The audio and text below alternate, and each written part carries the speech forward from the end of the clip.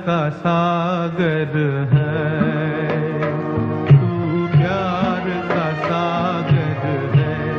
तेरी एक बूंद के प्यासे हम, तेरी एक बूंद के प्यासे हम।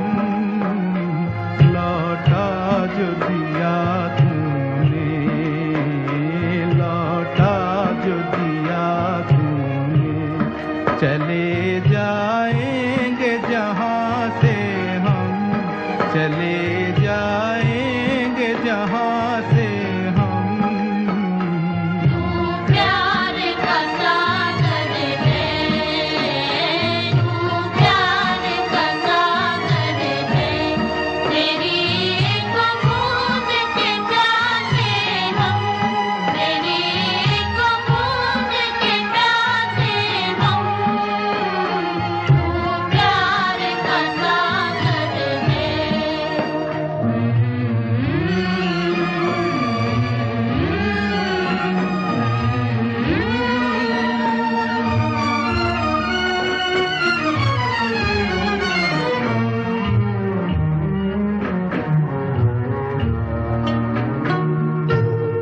घायल मन का पागल पंछी, उड़ने को बेकरार, उड़ने को बेकरार। पंख है कोमल, आँख है धुंधली, जाना है सागर पार, जाना है सागर पार। अब तू ही से समझा, अब तू ही से समझा।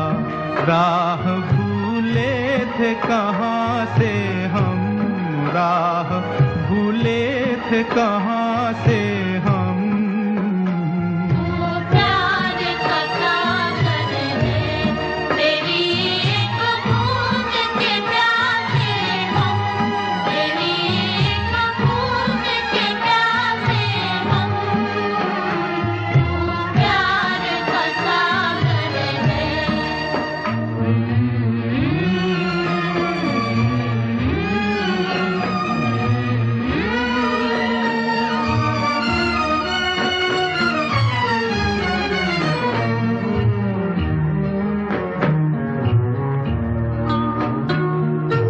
इधर झूम के गाए जिंदगी, उधर है मौत खड़ी,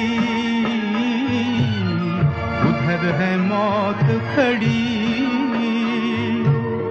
कोई क्या जाने कहाँ है सीमा, उलझन आन पड़ी, उलझन आन पड़ी। कानों में जरा कह दे, कानों में जरा कह दे कि आए कौन दिशा से हम, कि आए कौन दिशा से हम। तू प्यार का सागर है, तेरी एक बूंद के प्यासे हम, तेरी एक बूंद के प्यासे हम। तू प्यार का सागर है, तू प्यार का सागर है।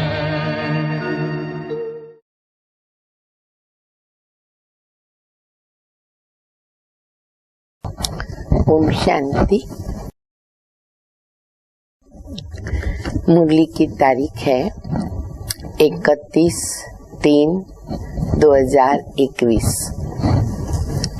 जैसे हम सभी मनुष्य आत्माएं इस सृष्टि रंगमंच पर आकर अपना पार्ट प्ले करती हैं, तो बाबा कहते मुझे भी तो लास्ट में अंत में आना पड़ता है, लेकिन बाबा कहते मेरा नंबर 1 एक्ट है। नंबर 1 एक्ट कौन सा? तो बाबा कहते पतित से पावन बनाना, ये मेरा नंबर 1 एक्ट है। और सचमुच वंडरफुल बाबा पार्ट प्ले करते हैं। फिर बाबा कहते बच्चे मैं तुमको रूहानी राजयोग वो सिखाता हूँ। साधु संत सन्यासी जिस्मानी योग करते हैं। कैसे? जैसे कि वो ब्रह्म तत्व को याद करते हैं, तो बाबा कहते तत्व जो है वो तो रहने का स्थान है ना, तो वो जिस्मानी योग हो गया। तुम रूह अपने को महसूस करके समझकर और रूह को याद करते हो, तो इसीलिए तुम बच्चों का ये रूहानी योग है जो मैं ही सिखा सकता हूँ। और भी बहुत अच्छी मीठी मीठी शिक्षाएं बाप दादा मुरली में दे रहे हैं। बाबा की मुरली सुनेंगे। मीठे बच्चे, एक बाप ही नंबर 1 एक्टर है। एक बाप ही नंबर 1 एक्टर है जो पतितों को पावन बनाने की एक्ट करते हैं। पतितों को पावन बनाने की एक्ट करते हैं। बाप जैसी एक्ट कोई कर नहीं सकता। बाप जैसी एक्ट कोई कर नहीं सकता। प्रश्न है सन्यासियों का योग जिस्मानी योग है। सन्यासियों का योग जिस्मानी योग है। रूहानी योग बाप ही सिखलाते हैं। वो कैसे? उत्तर है सन्यासी ब्रह्म तत्व से योग रखना सिखलाते हैं। अब वह तो रहने का स्थान हो गया, तो वह जिस्मानी योग हो गया ना। तत्व को सुप्रीम तो नहीं कहेंगे। तुम बच्चे सुप्रीम रूह के साथ योग लगाते, इसीलिए तुम्हारा योग रूहानी योग है। वह योग बाबा ही सिखला सकते, रूहानी योग बाबा सिखला सकते।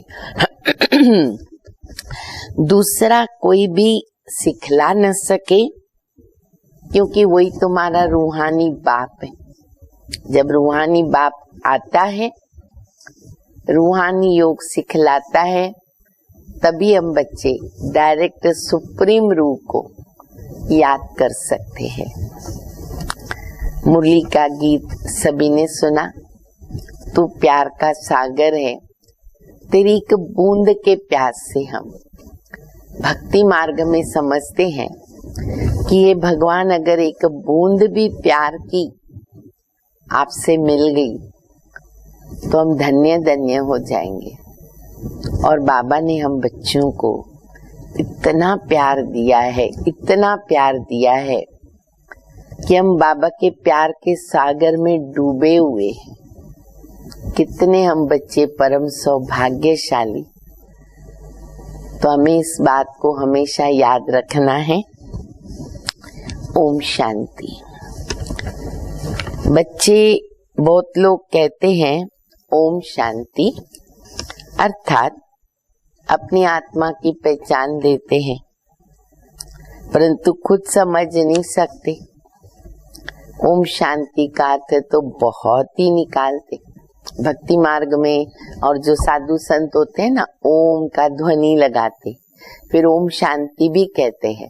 तो ओम की समझते बहुत बहुत अर्थ गहराई के अंदर जाना है, लंबा लंबा अर्थ समझते हैं। कोई कहते कि ओम माना भगवान, कई उनको भगवान शब्द भी देते हैं, परंतु नहीं, ये आत्मा कहती है ओम शांति। अहम आत्मा का स्वधर्म है शांत, इसीलिए कहते मैं हूँ शांत स्वरूप। बाबा ने बड़ा सरल अर्थ बताया, ओम शांति, मैं आत्मा शांत स्वरूप हूँ। ये मेरा शरीर है जिससे हम कर्म करते, शरीर से कर्म करते, कितना सहज। अच्छा, फिर बाबा भी कहते ओम शांति बाबा भी कहते ओम शांति, बच्चे भी कहते ओम शांति। परंतु मैं सबका बाप होने के कारण, बीज रूप होने के कारण भी जो रचना रूपी झाड़ है, कल्प वृक्ष है, उसके आद मध्य अंत को जानता हूँ। जैसे तुम कोई भी झाड़ को देखो तो उसके आद मध्य अंत को जान जाओ। वह बीज तो जड़ है, देख लेते हैं, पत्ते से भी लोगों को समझता है कि भाई ये आम का झाड़ है या कौन सी चीज का झाड़ है या सब्जियों का झाड़ है। तो बाप समझाते हैं ये कल्प वृक्ष है, इसके आद मध्य अंत को तुम नहीं जान सकते हो, मैं जानता हूँ। कॉमन जो वृक्ष है उसकी नॉलेज हमारे पास है, लेकिन जो कल्प वृक्ष है जिसका बीज बाबा कहते मैं हूँ, तो वो मैं ही जानता हूँ। मैं आऊं तो मैं तुमको नॉलेज दूं। मुझे कहते हैं ज्ञान का सागर। मैं तुम बच्चों को बैठकर आद मध्य अंत का राज समझाता हूँ। अब बाबा देखो आज मुरली में कैसे राज समझाते हैं ना, ये भी बहुत अच्छी सीखने की कला है बाबा से, क्योंकि हमें फिर औरों को समझाना है। तो बाबा बड़ी सरलता के साथ बता रहे कि ये जो नाटक है जिसको ड्रामा कहा जाता है, जिसके तुम एक्टर्स हो, तो बाबा कहते बच्चे मैं भी एक्टर हूँ, तुम एक्टर्स हो, मैं भी एक्टर हूँ। बच्चे कहते हैं कि हे बाबा पतित पावन एक्टर बन करके आओ, आकर के हमको पावन बनाओ। तो बाबा कहते मैं एक्ट कर रहा हूँ, मेरा पार्ट सिर्फ इस संगम युग पर है, सो भी मुझे अपना शरीर नहीं, बाबा एकदम स्पष्ट कर रहे, मैं आता हूँ, एक्ट करता हूँ, पर मेरा अपना शरीर नहीं है।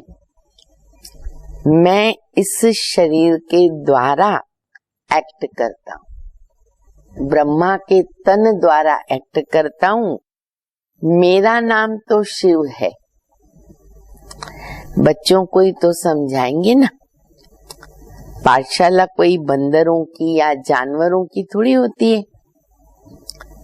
परंतु बाप कहते हैं कि इन 5 विकारों के होने के कारण ना मनुष्य की शक्ल तो मनुष्य जैसी है, लेकिन कर्तव्य बंदरों के जैसे।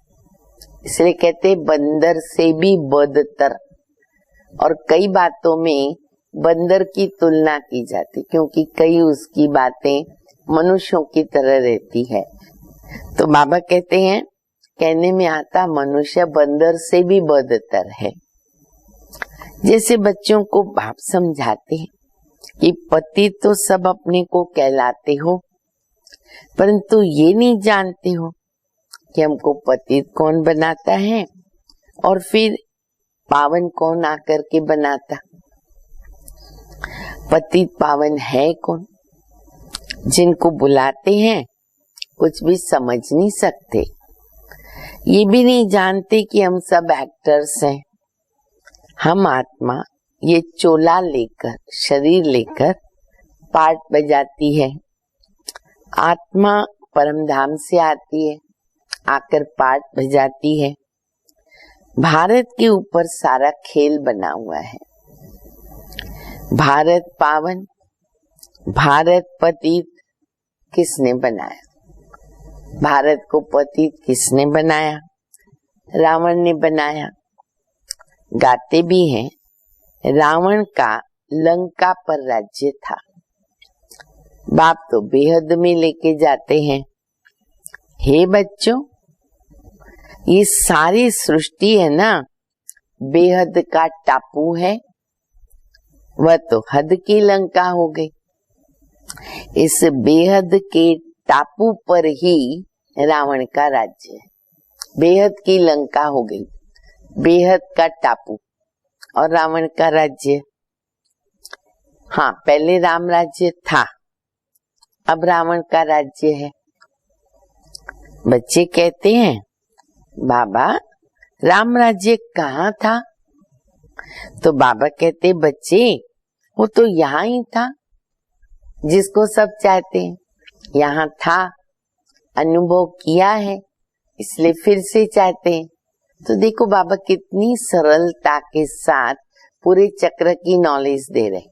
आगे भी बाबा देखो बहुत गुह्य गुह्य बातें चक्र के विषय में बताते कि जब हम किसी को कल्प वृक्ष सृष्टि चक्र के ऊपर बताते हैं तो ये सारी पॉइंट्स हमको बहुत मदद करती हैं।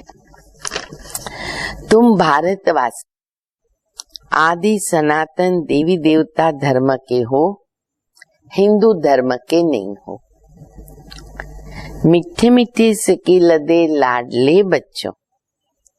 कितनी बार बाबा बच्चे बच्चे कह रहे, फिर बाबा कहते मीठे मीठे सिक्के लदे लाडले बच्चों, तुम पहले पहले भारत में थे।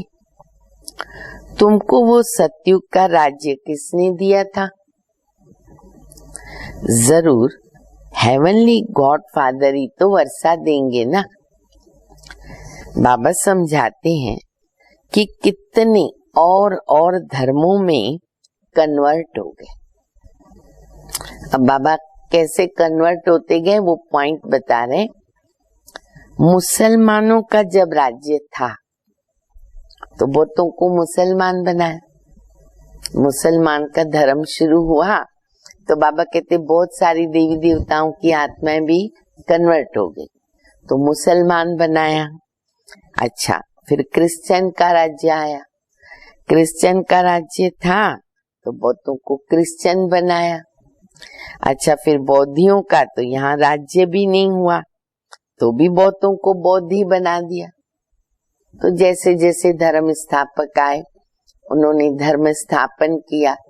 तो बाबा कहते देवी देवता धर्म की आत्माएं सब धर्मों में कन्वर्ट हो गई। और अभी देखो बाबा कितनी मेहनत करके अपने बच्चों को विश्व के कोने कोने से कैसे ढूंढ कर निकालते। ये भी बाबा का जादू है। कन्वर्ट कर दिया उन्होंने अपने धर्म में। आदि सनातन धर्म जब प्रायलोप हो जाए तब तो फिर उस धर्म की स्थापना हो। तो बाप तुम सभी भारतवासियों को कहते, खास बाबा भारतवासियों को कहते क्या? देखो फिर से बाबा कहते मीठे मीठे बच्चे, हमेशा याद रखो बाबा मुझे कितना प्यार कर रहे। गीत भी ऐसा बजा ना, प्यार के सागर। और बाबा रोज मुरली में मीठे मीठे बच्चे कहते, शुरू में भी कहते, अंत में भी कहते, आज तो बीच में भी बाबा बहुत बार कह रहे। तो हमें कैसे बनना होगा, हमारा स्वभाव कैसा होना चाहिए? मीठा मीठा। तो बाबा कहते मीठे मीठे बच्चे तुम सब आदि सनातन देवी देवता धर्म के थे। तुमने 84 जन्म लिए, ब्राह्मण, देवता, क्षत्रिय, वैश्य, हाँ सब आता है ना नंबरवार, शूद्र, फिर अभी ब्राह्मण वर्ण में आए। अभी फिर ब्राह्मण वर्ण में आए हो किस लिए? देवता वर्ण में जाने के लिए, क्योंकि शूद्र से डायरेक्ट देवता नहीं बन सकते। तो इसीलिए बाबा हम बच्चों को बनाते ब्राह्मण। तुमने 84 जन्म ले लिए, कहते ना ब्रह्मा ब्राह्मण देवताए नमः। तो पहले ब्राह्मणों का नाम लेते, ब्राह्मण देवताए नमः। माना जब ब्राह्मण बनो फिर देवता बन सकते। तो ये भी एक रसम भक्ति मार्ग के अंदर चली आई है, जो बाबा कहते गाते ब्राह्मण देवताए नमः। ब्राह्मणों ने भारत को स्वर्ग बनाया। ये है भारत का प्राचीन योग। पहले पहले तो राजयोग था, जिसका गीता में वर्णन है। गीता का योग किसने सिखाया था? ये भारतवासी सब भूल गए। तो बाप समझाते, बच्चे देखो बाबा कितनी बार आज बच्चे बच्चे भी कह रहे। बाप समझाते, बच्चे योग तो मैंने सिखाया था, ये है रूहानी योग और बाकी सब है जिस्मानी योग। सन्यासी आदि क्या करते हैं? जिस्मानी योग सिखलाते हैं। कैसे? कि ब्रह्म से योग लगाओ। अब वो तो रॉन्ग हो जाता है। ब्रह्म तत्व रहने का स्थान है, वो कोई सुप्रीम रूह तो नहीं ठहरा। बाबा को ही भूल गए, तुम भी भूल गए थे ना। तुम अपने धर्म को भी भूल गए, बाबा को भी भूल गए और हम अपने धर्म को भी भूल गए। ये भी ड्रामा में नूंद है, बना बनाया ड्रामा है। विलायत में योग था नहीं, हठ योग और राजयोग यही भारत में ही है। वह निवृत्ति मार्ग वाले सन्यासी कब राजयोग नहीं सिखा सकते। सिखाए वह जो जानता हो। कैसे सिखाएंगे? सिखाएगा वो जिसको जानकारी हो, नॉलेज हो। सन्यासी लोग तो राजा ही छोड़ देते, घर बार छोड़ देते, तो राजयोग कैसे सिखाएंगे? वो तो प्रवृत्ति मार्ग के लिए है। गोपीचंद राजा का मिसाल है ना। राजा ही छोड़ दी, जंगल में चला गया, उसकी भी कहानी है।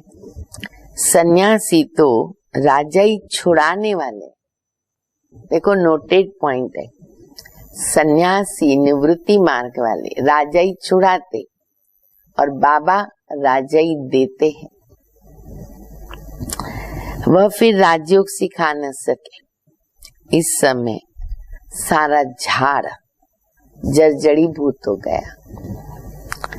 अभी गिरा की गिरा, अभी तो देख रहे हैं ना क्या हालत है, पूरा गिरने पर है, जर्जरी भूत हो गया। कोई भी झाड़ जब जर्जरी भूत होता है ना, तो अंत में उसको गिराना पड़ता है, किसको लग न जाए, अचानक न गिरे। तो पहले से ही, जैसे देखो बिल्डिंग्स का भी आजकल ऐसे हो गया, हाँ हिलने लगती या देखते हैं कि ये कभी भी गिर सकेगी, तो पहले से बता के रखते हैं। वैसे ये मनुष्य सृष्टि रूपी जो झाड़ है उत्तम प्रधान है, इनमें कोई सार नहीं, तो जरूर इनका विनाश होगा। इनके पहले आदि सनातन देवी देवता धर्म की स्थापना भी तो यहाँ करनी होगी। विनाश के पहले स्थापना जरूरी है। सतयुग में कोई दुर्गति वाला नहीं होता है। ये विलायत में जाकर योग सिखलाते हैं, परंतु वो हठ योग है। जो सिखाते साधु सन्यासी वो हठ योग है, ज्ञान बिल्कुल नहीं है। अनेक प्रकार के हठ योग है। ये है राजयोग, इसको कहते रूहानी योग। वो सब तो जिस्मानी हो गए। मनुष्य को सिखाने वाला और हमें सिखाने वाला निराकार परम पिता परमात्मा। बाप बच्चों को समझाते हैं, मैं तुमको एक ही बार आकर के राजयोग सिखाता हूँ और कोई कदाचित सिखा नहीं सकते। राजयोग कदाचित कोई सिखा नहीं सकते। रूहानी बाप रूहानी बच्चों को सिखाते कि बच्चे माँ में कम याद करो, तुम्हारे सब पाप मिट जाएंगे। हठ योगी तो कब ऐसे नहीं कहेंगे, मुझे याद करो, तो बोलेंगे नहीं, पाप कट जाएंगे, कैसे बोल सकते हैं। तो बाबा कहते बाप आत्माओं को समझाते हैं ये नई बात है। बाप तुमको देही अभिमानी बना रहे हैं। बाबा को तो देह है नहीं, इसके तन में आते। किसके तन में आते? ब्रह्मा बाबा के तन में आते। इनका नाम बदल देते क्योंकि मरजीवा बना। ब्रह्मा नाम हुआ ना, पहले लौकिक, तो दूसरा नाम था। फिर बाबा ने क्या रखा नाम? प्रजापिता ब्रह्मा। जैसे गृहस्थी जब सन्यासी बनते हैं तो मरजीवा बने, गृहस्थ आश्रम छोड़कर निवृत्ति मार्ग में चले गए, तो तुम्हारा भी मरजीवा बनने से नाम बदल जाता है। हम सब जानते हैं कि बाबा ने ब्रह्मा नाम तो बदली कर दिया साकार बाबा का, लेकिन उस समय यज्ञ में जितनी भी आज हमारी दादियां हैं, परम श्रद्धेय दादियां, तब तो सब छोटे छोटे थे, तो बाबा ने सभी के नाम बदली किए और इतने अच्छे अच्छे नाम किए जो कभी कोई सोच भी नहीं सकता है। तो बाबा बता रहे हैं, पहले शुरू में सबके नाम लाए थे, ऊपर से वतन से नाम आए थे। फिर जो आश्चर्यवत सुनंती, कथनती, भागंती हो गए तो नाम आना बंद हो गया, फिर फायदा नहीं रखने का। इसलिए अभी बाबा कहते हम नाम देवे और फिर वो भाग जाए तो वो फालतू हो गया ना, तो अभी नाम नहीं बदलते। देखो कितने अच्छे नाम, प्रकाश मणि दादी, गुलजार दादी, हृदय मोहिनी दादी। कभी किसके पास मंचित भी ये नाम नहीं आ सकते, बहुत नाम अच्छे अच्छे थे। पहले आने वालों के जो नाम रखे ना वो बहुत रमणीक थे, अब नहीं रखते हैं। उनका रखें जो सदैव कायम भी रहे। बहुतों के नाम रखे, फिर बाप को फारगती देकर चले गए, इसलिए भी नाम नहीं बदलते हैं। इसलिए बाबा भी शरीर का जो नाम है वो नहीं बदलते हैं। बाप समझाते कि ये ज्ञान क्रिश्चियनों की बुद्धि में भी बैठेगा, क्रिश्चियनों की बुद्धि में भी बैठेगा। कैसे? क्योंकि इतना समझेंगे कि भारत का योग निराकार बाप ने आकर सिखाया था। बाबा को याद करने से पाप भस्म होंगे और हम अपने घर चले जाएंगे। जो इस धर्म का होगा, कन्वर्ट हो गया होगा, वो ठहर जाएगा। तुम जानते हो मनुष्य मनुष्य की सदगति कर न सके। ये दादा भी तो मनुष्य है, ये कहता है कि मैं किसकी सदगति नहीं कर सकता हूँ। ये तो बाबा हमको सिखलाते हैं कि तुम्हारी सदगति भी तो बाबा की याद से होगी। ब्रह्मा बाबा भी शिव बाबा को याद करते। बाबा कहते बच्चों, देखो बाबा की मुरली आज याद रखो, बार बार बाबा प्यार कर रहे। बच्चों, हे आत्माओं, मेरे साथ योग लगाओ, तुम्हारे भी कर्म विनाश होंगे। तुम पहले गोल्डन एजड में प्योर थे, फिर खाद पड़ गई। जो पहले देवी देवता 24 कैरेट सोना थे, अब वो कहाँ तक पहुंच गए? आयरन एजड में आ गए। तो यह योग कल्प कल्प तुमको सीखना पड़ता है। तुम जानते हो इसमें भी कोई पूरा जानते हैं, कोई कम जानते हैं, कोई तो ऐसे ही बस देखने के लिए आते हैं कि यहाँ क्या सिखाया जाता। कितने हजारों लाखों लोग देख के चले गए। ब्रह्मा कुमार कुमारियां इतने ढेर बच्चे हैं, जरूर प्रजापिता ब्रह्मा होगा जिसके इतने सारे बच्चे आकर के बने, तो जरूर कुछ होगा। चलो जाकर के उनसे पूछ तो लेवे, ऐसा समझ के भी कई आ जाते हैं। तुमको प्रजापिता ब्रह्मा से क्या मिलता है पूछना चाहिए ना, परंतु इतनी बुद्धि भी तो नहीं है। भारत के लिए तो खास कहते, कोई आके ये पूछे कि आप अपने को ब्रह्मा कुमारी कहलाते हो, ब्रह्मा कौन है, वहां से आपको क्या मिलता है। बुद्धि नहीं चलती है ना जो पूछे हमसे। तो बाबा कहते हैं गाया जाता है पत्थर बुद्धि सो फिर पारस बुद्धि, पारस बुद्धि और फिर पत्थर बुद्धि। सतयुग त्रेता में पारस बुद्धि गोल्डन एज थे, फिर सिल्वर एज हो गए, 2 कला कम हो गई तो नाम पड़ गया चंद्रवंशी, क्योंकि नापास हो गए, थोड़ा सा नापास हो गए ना। ये भी पाठशाला है। देखो स्कूल में क्या होता है, 33 मार्क्स से जो नीचे आते हैं वो फेल हो जाते हैं ना। कोई 33 रखता है, कोई 35 रखता है। राम सीता फिर डिनास्टी की, उनकी डिनास्टी संपूर्ण नहीं है, इसीलिए फिर वो सूर्यवंशी बन न सके। नापास कोई तो होंगे ना, ये भी नियम है, क्योंकि इम्तिहान बहुत बड़ा है। आगे गवर्नमेंट का ICS का बहुत बड़ा इम्तिहान था, सब थोड़ी पढ़ सकते थे।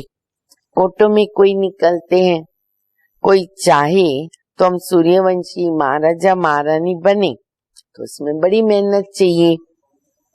मम्मा बाबा भी पढ़ रहे हैं ना, हमें भी मेहनत करनी पड़े राजाई पाने के लिए।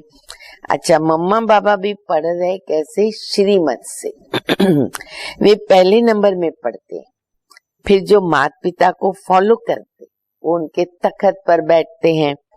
सूर्यवंशी 8 डिनास्टी चलती है, जैसे एडवर्ड दी फर्स्ट सेकंड चलता।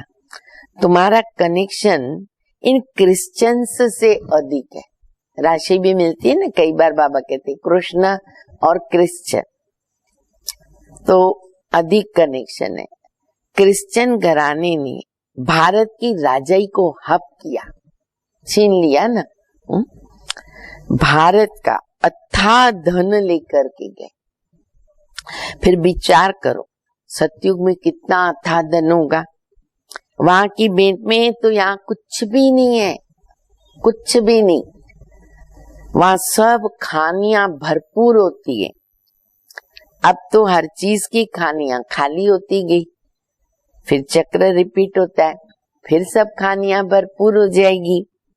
मीठे मीठे बच्चों, गिनती करो कितनी बार बोला, मीठे मीठे बच्चों, तुम अब रावण पर जीत पाकर के राजा ही ले रहे हो। फिर आधा कल्प के बाद रावण आएगा, राजा ही गंवा बैठेंगे। अभी भारतवासी तुम कौड़ी के मिसल बन गए। हमने तुमको जैसा बनाया था, रावण ने कौड़ी जैसा बना दिया। समझते नहीं कि ये रावण कब आया, हम क्यों उनको जलाते हैं। कहते हैं कि रावण तो परंपरा से चला आया। बाप समझाते कि आधा कल्प के बाद ये रावण राज्य शुरू होता है। विकारी बनने के कारण अपने को देवी देवता नहीं कह सकते। वास्तव में तो तुम देवी देवता धर्म के थे ना। तुम्हारे जितना सुख कोई देख ही नहीं सकता, अथाह सुख देते बाबा। सबसे अधिक गरीब भी फिर तुम बन गए, जितने शाहूकार उतने गरीब। दूसरे धर्म वाले बाद में वृद्धि को पाते। क्राइस्ट आया, पहले तो थोड़े थे ना, जब बहुत हो गए तब उनकी राजाई बनी। तुमको तो पहले से राजाई मिलती है, शुरू से ही राजाई मिलती है। अब ये सब ज्ञान की बातें, समझने की बातें हैं। बाबा कहते हे आत्माएं, मुझ बाबा को याद करो। आधा कल्प तुम देह अभिमान में थे, अब देही अभिमानी बनो। घड़ी घड़ी भूल जाते हैं, क्योंकि आधा कल्प की कट चढ़ी हुई है। इस समय तुम ब्राह्मण चोटी हो, सबसे ऊंचो। सन्यासी ब्रह्म से योग लगाते हैं। अब विकर्म विनाश तो नहीं होंगे ना। हरेक को सतो रजो तमो में जरूर आना है, वापिस कोई जा नहीं सकते हैं। जब सब तमो प्रधान बन जाते तभी फिर बाबा आकर सभी को सतो प्रधान बनाते हैं, अर्थात सबकी ज्योत जगा देते। हर एक आत्मा को अपना अपना पार्ट मिला हुआ है। तुम तो हीरो हीरोइन पार्टधारी हो। कितनी खुशी की बात है। नशा चढ़ रहा है। कैसे पार्टधारी हैं हम बच्चे? Hero heroine. तुम भारतवासी सबसे ऊंचे हो, जो राज्य लेते हो फिर गंवाते हो। और कोई तो राज्य नहीं लेता, वह राज्य लेते बाहुबल से। जो राज्य लेते हैं क्रिश्चियन वगैरह, वो बाहुबल से। बाबा ने समझाया है, जो विश्व के मालिक थे वही तो बनेंगे ना। तो सच्चा राजयोग बाबा के सिवाय कोई सिखा न सके। जो सिखाते भी हैं तो अयथार्थ योग है, वापस कोई जा नहीं सकता। अभी अंत है, सभी दुख से छूटते फिर नंबरवार आना है। सबसे पहले सुख देखना है, फिर दुख देखना है। ये सब समझने की बातें हैं। कहा जाता है हथकार दे दिल यार दे। हाथों से काम करो और मन से दिल से बाबा को याद करो। काम करते रहो, बुद्धि का योग बाबा से लगा रहे। तुम आत्माएं आशुक हो, माशुक को याद करते रहे। अभी वह माशुक आया है। सभी आत्माओं सजनियों को क्या बनाते बाबा? गुलगुल, शुद्ध, पवित्र, सुंदर फूल, बेहद का साजन, बेहद की सजनिया। कहता है मैं सबको ले जाऊंगा। फिर नंबरवार पुरुषार्थ अनुसार जाकर पद पाएंगे। बलग्रस्त व्यवहार में रहो, बच्चों को संभालो। हे आत्मा, तुम्हारी दिल है ना बाबा की तरफ होनी चाहिए। कितना प्यार कर रहे, कितना प्यार से शिक्षा दे रहे। यही तो याद की प्रैक्टिस करनी है। बच्चे जानते हैं अभी हम स्वर्गवासी बन रहे बाबा को याद करके, बाबा को याद करने से। स्टूडेंट को तो बहुत खुशी रहनी चाहिए, ये तो बड़ा सहज है। ड्रामा अनुसार सबको रास्ता बताना है, कोई से डिबेट करने की जरूरत नहीं है। अभी तुम्हारी बुद्धि में ना सारी नॉलेज आ गई है। मनुष्य बीमारी से छूटते तो क्या करते? बधाई देते, ओके थैंक यू, कॉन्ग्रेचुलेशन, ऐसे बधाई देते हैं। यहाँ तो सारी दुनिया ही रोगी लगी पड़ी है, सारे बीमार हैं। हाँ, थोड़े समय में जय जयकार हो जाएगी, सारी दुनिया ही क्या बन जाएगी? स्वर्ग बन जाएगी, जय जयकार हो जाएगी। अच्छा, मीठे मीठे सिकिल दे बच्चों प्रति माता पिता बाप दादा का याद प्यार। Good morning. रूहानी बाप की रूहानी बच्चों को नमस्ते। हम रूहानी बच्चों की रूहानी बाप को, माता पिता बाप दादा को याद प्यार, गुड मॉर्निंग और नमस्ते। धारणा के लिए मुख्य सार है पहला, सच्चे सच्चे माशुक बनकर हाथों से काम करते बुद्धि से माशुक को याद करने की प्रैक्टिस करनी। काम करो, बाबा को याद करो। बाबा की याद से हम स्वर्गवासी बन रहे, इस खुशी में रहना है। दूसरा, सूर्यवंशी डिनास्टी में तख्त नशीन बनने के लिए माता पिता को पूरा फॉलो करना है। तख्त नशीन बनना है तो बाप समान नॉलेजफुल बनकर सबको रास्ता बताओ।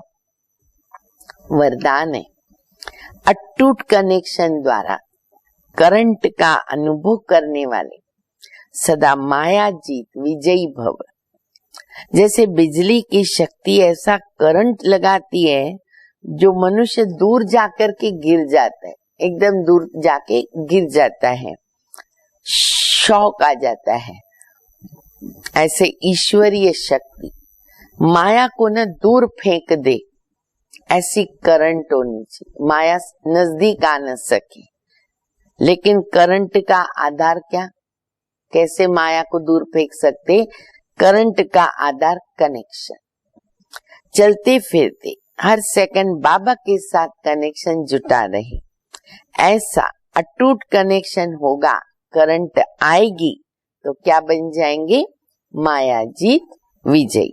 स्लोगन है, तपस्वी वह है जो अच्छे बुरे कर्म करने वालों के प्रभाव के बंधन से मुक्त है।